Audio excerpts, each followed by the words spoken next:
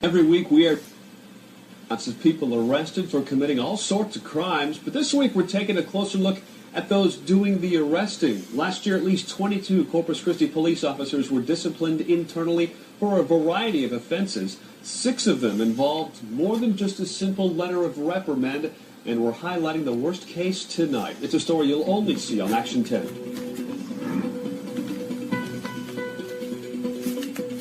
Last May, 3 men arrived at the City Detention Center downtown in handcuffs. Cody Lewis, Ernest Mitchell, and Roderick Hornsby. Lewis was arrested for drug possession, Mitchell and Hornsby for interfering with his arrest. At first, everything seems to be normal. The men calmly line up against the wall to be processed, when suddenly an officer throws Roderick Hornsby to the ground and holds him there, even elevating his arms, which is very painful while in handcuffs. You're lying on the ground. Yes, sir. His knee in your back? Knee in back, knee was in the neck, in the ear. He just... Your hands, in part of the video, you can see them. He's elevating higher and higher. It felt like 10 minutes, but I think the video shows like 3 minutes or so, something like 20 that. seconds, something like that. The officer who threw Hornsby to the ground is Senior Officer Norman Morton, who later had to explain his actions to Internal Affairs after Hornsby filed a complaint about excessive force. In his recorded interview, Morton told Internal Affairs that just before the takedown, Hornsby got very vocal and started to struggle and resist. He didn't comply with your commands to turn around? No. And if I put my hands on him to make him turn around, he started to pull and struggle, so I don't know what he's going to do, so safest and easiest thing to do is put him straight to the ground. Did you pull and struggle? No, I didn't pull and struggle. You can clearly see in the video I didn't pull and struggle. At anyone at this point? No, like I said, he didn't spit, he didn't kick, I wasn't going to give him the So he was just being verbal, basically? He was being verbally aggressive when I tried to turn him around and force him, and he didn't want to turn, so I just took him straight down to the ground. You seen the video from CDC? Did you watch it? Absolutely. What was your take on the video?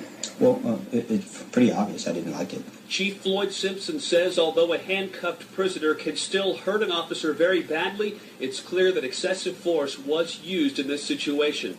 As with all discipline cases, a special review committee made up of other higher-ranking officers eventually looked at all the evidence from Internal Affairs.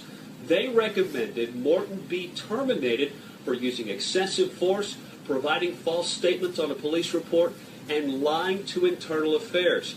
But Chief Simpson has the final word, and he scaled back Norman Morton's punishment to a 2-week suspension, believing that while disturbing, the incident should not cost a long-time officer his job. I have to look at the totality. Norman has been here a long time. He's served the community well. He has many accommodations in his file, and so I think that he's salvageable.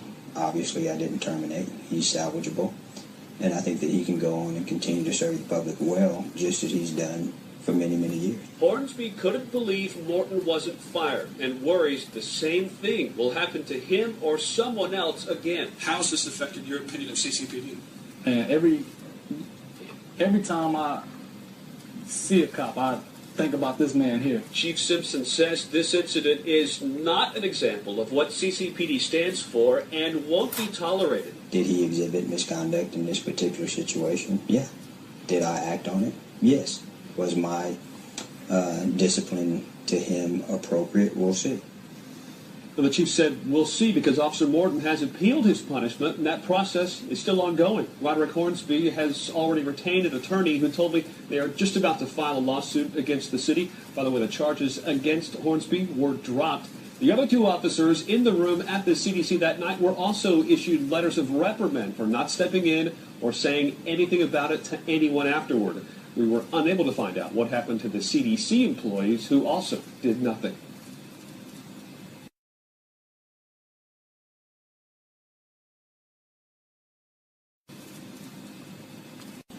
There are currently 4 officers employed by CCPD, about another 200 civilians.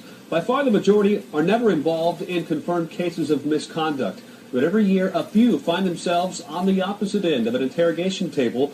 We told you about one especially violent case last night. Tonight, the other 5 that all resulted in suspensions last year.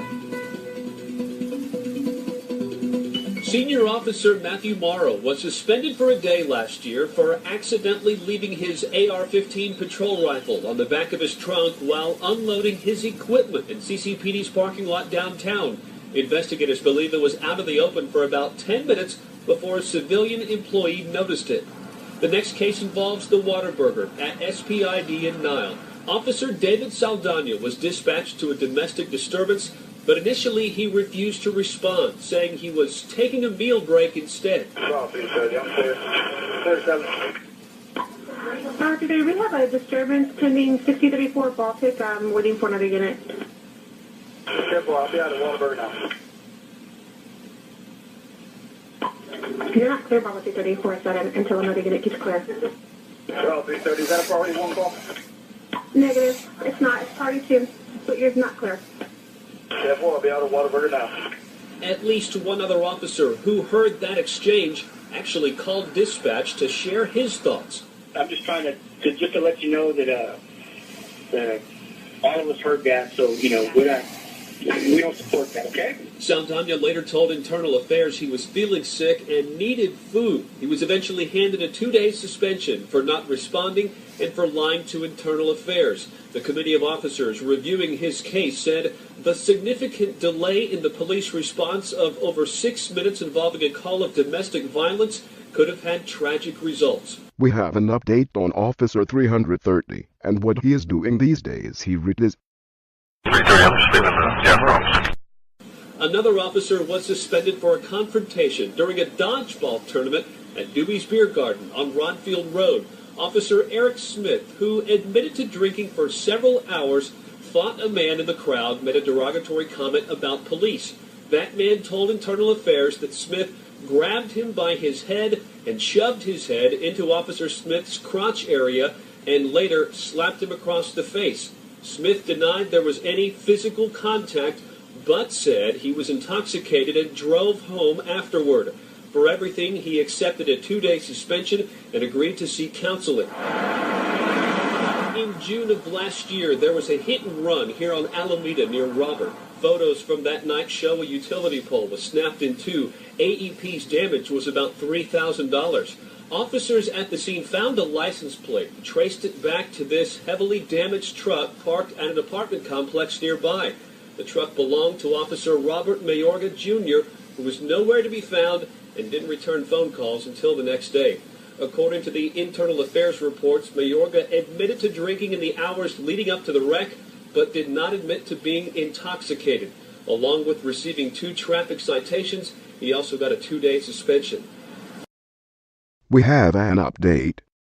Mayorga Jr. was the officer accused of making a terroristic threat against a local wrecker driver. At the end of June, Mayorga, who had been drinking, then drove himself and the friend to the wrecker lot around 2:30 a.m. to get the friend's car back. Mayorga was drunk but identified himself as an officer before saying, "I'm going to find out where you live, go to your home, to fuck you and your family up." At first, his friend also denied any threatening statement was made by Mayorga, but later admitted to a police captain at the scene that Mayorga did say he was going to Sanchez's home to fuck him and his family up just 2 months ago. Mayorga was featured in an Action 10 News special report on officer misconduct last year following an internal affairs investigation. Mayorga was suspended for 2 days. Mayorga also passed a field sobriety test at the wrecker company, so he was not charged with DWI either. However, the internal affairs investigation is ongoing as of this week. Mayorga remains on the job. That twice now that he has gotten away with DUI. Why wasn't a breath analysis done like they do for anyone else? Finally, there is Senior Officer Jason Volkman, whose office is located at City Hall. A routine audit of department computers in October found 119 images of nearly naked women posing in bras, thongs, and bikinis. And while visiting one of those websites, his computer was infected with a virus that caused the state to consider taking away CCPD's access to critical state and national criminal databases. Volkman admitted to viewing the images and was very apologetic. He was suspended for 2 days. Police Chief Floyd Simpson believes that while officers should be held at a higher standard, In the end, his department isn't all that different than the rest of the community. And there's no complex organization, including yours, that escapes employees from exhibiting misconduct. We come from the public. We are the public. And 99% of the time, our people go out and they perform heroically. Police are supposed to be a higher standard. Unlike anybody else, from time to time, we have issues of misconduct that we have to deal with. Then again, sometimes he doesn't have to deal with them. Driving Robert McChester, the officer convicted in federal court of having a sexual relationship with a 15-year-old girl, and Justin Luetta, the officer accused of concealing evidence in the McChester case, all resigned last year. They never had to be disciplined by CCPD at all. We have an update on Officer McChester, the child molester. After multiple internal affairs investigations that led to no action by the Corpus Crhisti Police Department, the FBI got involved and convicted McChester. He is now in federal prison. Already on paid leave before turning in the resignations this week. John Rapolo first broke this story and joins us live with the latest. John. Yeah, well, those two officers resigning today, both of them recent graduates of the police academy. One of them was the president of the graduating class. Today, the CCPD police chief speaking out. They had a whole career in law enforcement in front of them, but because of some allegations of misconduct, these two brand new CCPD officers are off the force. That's just the end of it. CCPD Chief Floyd Simpson still remaining very tight-lipped about specifics. We broke this story last week, and we had to dig for details about what these officers did to get them in hot water in the first place. Both were part of this police academy class in August. Brian Cantu was the class president and spoke at the ceremony. Officials said a few weeks back Cantu had a disagreement with his girlfriend, became distraught, and held a gun to his own head. We interviewed the chief when the officers were first suspended last week. What I don't want to do is to cloud the issues by talking about specifics in the investigation with the media. So we got specifics ourselves. The second resignation accepted today was from this man, Spencer Christian. He also graduated from the police academy in August. According to Dallas police, Christian was arrested about 2 weeks ago for assaulting a family member. He was picked up in Arlington that same day after a car accident and shipped back to Dallas to face that charge. We hire people with high expectations. Once you put the badge on, there's an even higher threshold that your conduct, both on and off duty, will be above approach. And well, a third officer from that same police academy class that graduated in August has also resigned, but not for any kind of misconduct. She is a female, wanted to change careers. Live in the studio, John Rapolo, Action 10 News. John, thanks. The Corpus Christi Police Department, who was arrested over the weekend for DWI. The police department says senior officer Hector Corona resigned today. Now, he was pulled over by a fellow officer around 3 a.m. Sunday. He was not on duty at the time. The department had placed Corona on restricted duty during its investigation, but that is now over because he's resigned from the police department. Well, a Corpus Christi police officer has resigned after the department started up an investigation into him. Now, that investigation was just in its early stages, and now that he has resigned, it's not going to be completed. Investigative reporter Andrew Ellison joins us here in the studio now with more on this story. Andrew. Well, Lee, it was Captain Bernardo Torres who resigned on Friday after working on the force for over 27 years. Now, CCPD says that officials told me today that they were in the early stages of investigating Torres for misusing company equipment. They say that Torres was using department computers for inappropriate reasons, but Police Chief Floyd Simpson says that they weren't able to get very far in their investigation because the captain resigned. Does the timing of his resignation seem odd? Not to us. It's his choice. You know, you make a choice to come and work, and then you make a choice when to leave. He chose to leave. Now, we tried to talk with Torres at his home today, but nobody answered the door. All the faces there. Hi. Thanks so much for joining us tonight. I'm Katu Diarte. And I'm Joe Gazen. At the top, some bizarre behavior involving an assistant prosecutor in the district attorney's office. Police say he was found early this morning outside his apartment in the downtown area wearing only underwear and not willing to answer any questions. It actually took 4 Corpus Crhisti police officers to subdue Christopher Morel. Rudy Trevino is first at 6 with the story. Rudy? It is a bizarre incident, to say the least, but tonight no one has more questions about what happened to this young misdemeanor prosecutor who was said to be in his late 20s than his boss, District Attorney Mark Skirka. I don't know what it is. We haven't heard any information from the hospital or what the situation is. The incident happened sometime around 6:30 this morning, just outside the Limerick Apartments on Chaparral and Cooper's Alley. This is where Morel lives. According to a witness who did not want to appear on camera, it took 4 police officers to subdue Morel, telling us one officer had to place a knee on Morel's back to keep him on the ground. According to residents at Morel's apartment complex, they found his apartment door wide open. Morel's boss says the young prosecutor was not arrested and is not facing any charges. According to Skirka, the officers knew something was not right with Morel. Officers are trained to recognize situations for what they are, and if a person is a danger, could be a danger to himself or others, they would seek medical treatment instead of putting them in the city detention center. And that's my understanding is what happened.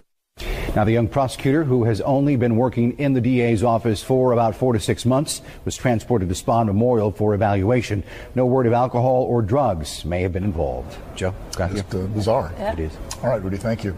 And it's some scary moments outside of Grant Middle School this morning for parents who are dropping off their kids. Thanks for joining us, everyone. I'm Katu Diarte. And I'm Rudy Trevino. CCISD officials say a CCISD officer who was trying to direct traffic was forced to pull out his gun on a driver. Bill Churchwell is first at 5 from Grant Middle School with today's top story. Well, imagine you have about 1,100 kids being dropped off. You have a lot of traffic, and what you do not have are crossing guards. You only have one CCISD police officer trying to direct the chaos. And then this happens. Take a look. This is a picture of the scene given to us by a 3 News viewer. It appears to show the officer pointing his gun at the windshield of a small silver car. During that time, witnesses say kids were all over the school property and saw the whole thing go down. The officer was forced to draw his weapon after a woman behind the wheel of the car hit the officer. It happened around 8:30 this morning when district officials say the officer was directing traffic and the woman was attempting to do a U-turn and go the wrong way. Witnesses say the woman was stuck in traffic and confused. However, after repeated commands from the officer to stop, the driver ended up hitting the officer.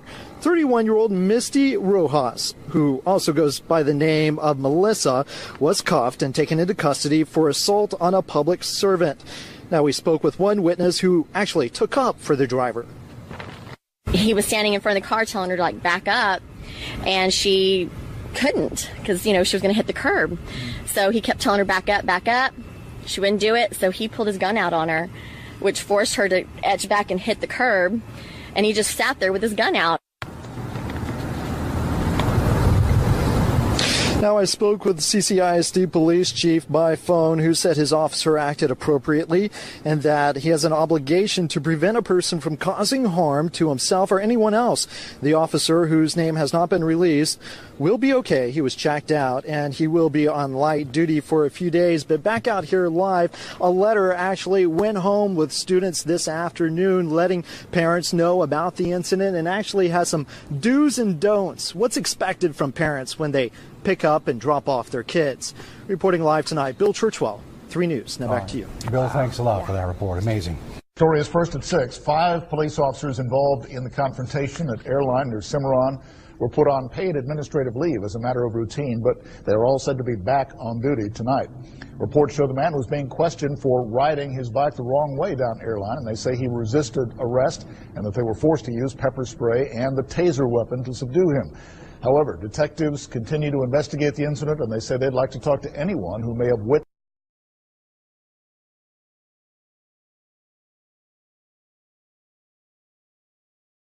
We have an update. The man that was tasered and pepper sprayed later died. We have an update. This is about the Corpus Christi Police Department and the use of taser. There have been multiple taser deaths on the hands of police. No police have lost their jobs. The victims are all dead. Corpus Christi police use excessive force yet again, and he ends up dead. Yes, another one dead after police abuse. Found unconscious in a cell last night. They say that he used his pants to hang himself. Our Janine Reyes spoke with jail officials and Toomey's attorney. She has more on what the attorney's concerns were in the days leading up to his death. Samuel Toomey's attorney could not confirm that his client had any psychological problems today. Attorney James Lawrence tells us his main concern was Toomey's well-being because of the bruising you see on his face from video shot Monday. Lawrence last met with his client Wednesday morning at the jail. He says he did not see Toomey's death coming, but jail staff confirms that after one day in their facility, a comment he made to the staff prompted the suicide watch, which means staff must check on him every half hour. It was mainly worded he didn't want to be here. He didn't like being here. Mr. Toomey was face down on his bunk, and he had taken his uniform pants and put them around the desk portion on the wall, and then secured them to his neck. Doctors at Spahn Memorial Hospital pronounced him dead at 12:19. And why did Toomey have pants and a shirt if he was on suicide watch? Also note when he was booked into the jail, when he arrived at the Nueces County Jail he has a green padded suicide suit on. Why was it removed? Why was Toomey in pants and shirt in a cell on suicide watch? And why did Toomey have pants and a shirt if he was on suicide watch? Also note when he was booked into the jail, when he arrived at the Nueces County Jail he has a green padded suicide suit on. Why was it removed? Why was Toomey in pants and shirt in a cell on suicide watch? Here is Toomey when he was booked into the Nueces County Jail. So how did Toomey commit suicide with the pants he wasn't supposed to have with this table? I'm just wondering, it doesn't seem like the pants would be long enough. The Nueces County Jail representative says Toomey was found lying face down on his bunk, so if that's the case Toomey's pants would have to wrap around the big concrete table. Toomey wasn't very tall, the pants would not be long enough. Toomey's death may have been due to his injuries sustained from the use of excessive force from the Corpus Christi Police Department. The suicide is just being used to cover it up.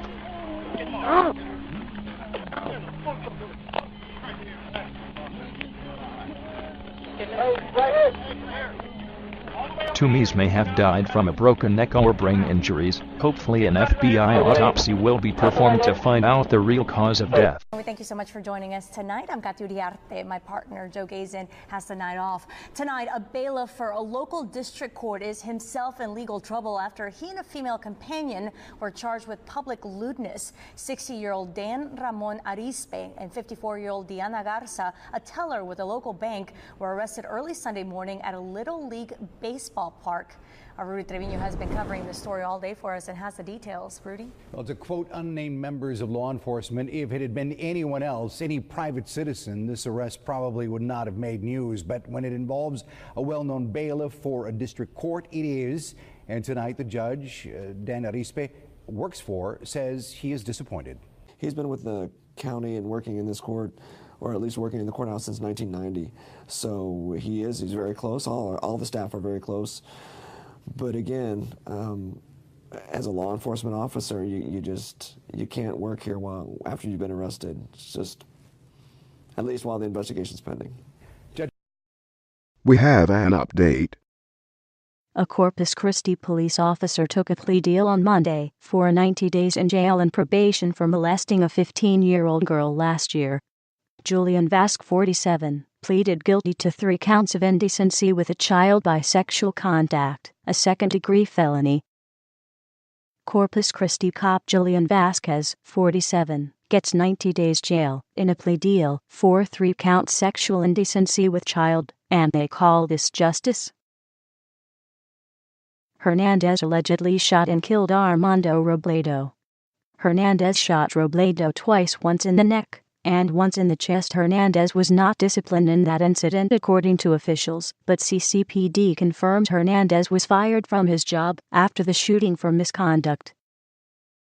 Hernandez, accused in the shootings of 2 Selma police officers, was himself a police officer who was previously involved in a shooting incident. Jesse Hernandez worked as an officer for the Corpus Crhisti Police Department, according to officials with the city of Selma and Corpus Christi PD.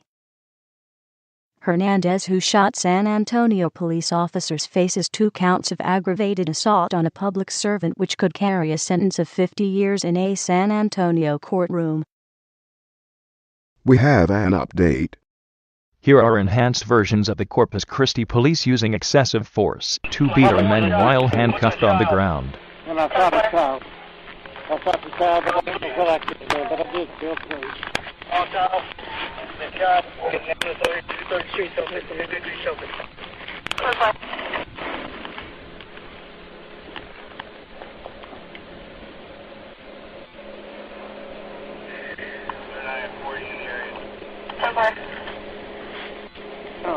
Hey, where you moving? Carlos, check his body real quick. Yeah,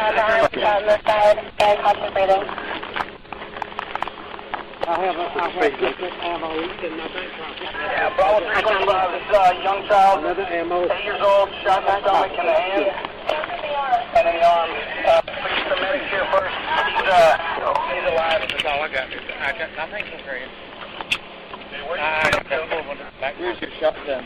My shotgun's in 1400. My shotgun's in the deal. Okay. I didn't know.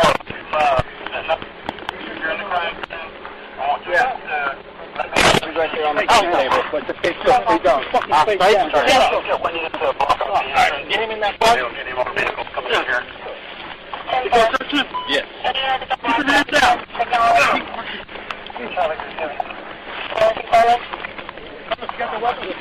It's on the picnic table. I didn't leave it there, and I had to. Pocket's real good. Stop resisting! I'm not resisting. Look at the one up.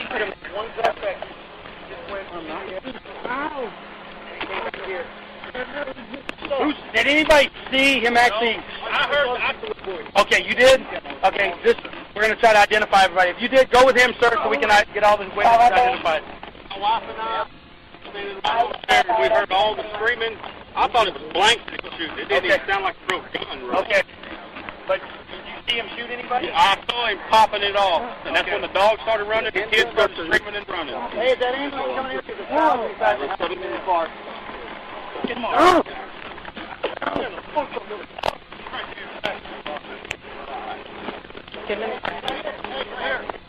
All the way over here. Inside right here, follow me. Here is a second version zoomed 200% on Toomey while he is handcuffed and police beat the suspect. While enhancing the video, we also found the audio had been edited as well. We attempted to clean it up as best we could.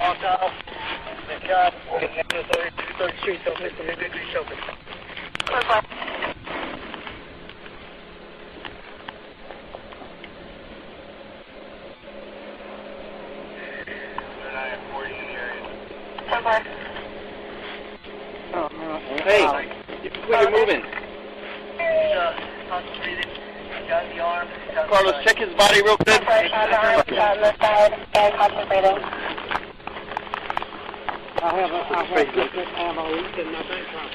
Bravo 325 is young child, 8 years old, shot in the stomach and the hand, and in the arm. Please, the medics here first. He's alive. That's all I got. I think he's ready. Where's your shotgun? My shotgun's in 1400. My shotgun's in the deal. Okay. I didn't know. You're in the crime scene. I want you to he's right there on the table. But the face up, he don't. Alright, get him in that box. Get him on the vehicle. Come in here. Yes. Keep your hands down.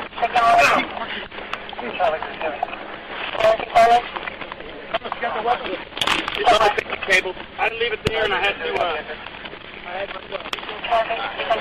Pocket's real good. Stop resisting! I'm not resisting. Why is he? Put him in one up. One suspect.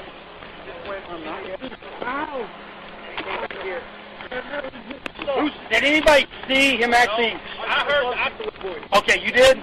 Okay, we're going to try to identify everybody. If you did, go with him, sir, so we can get all the witnesses identified. My wife and I standing right there, we heard all the screaming. I thought it was blanks that shooting. It didn't even sound like a real gun. Really. Okay. But did you see him shoot anybody? I saw him popping it off, and that's when the dog started running, the kids started screaming and running. Hey, is that anybody coming here to the south side of the park? Get him off.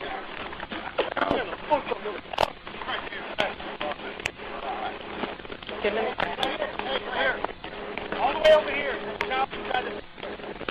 We counted a total of 6 officers that should be on suspension, not just 2. Toomey is now dead.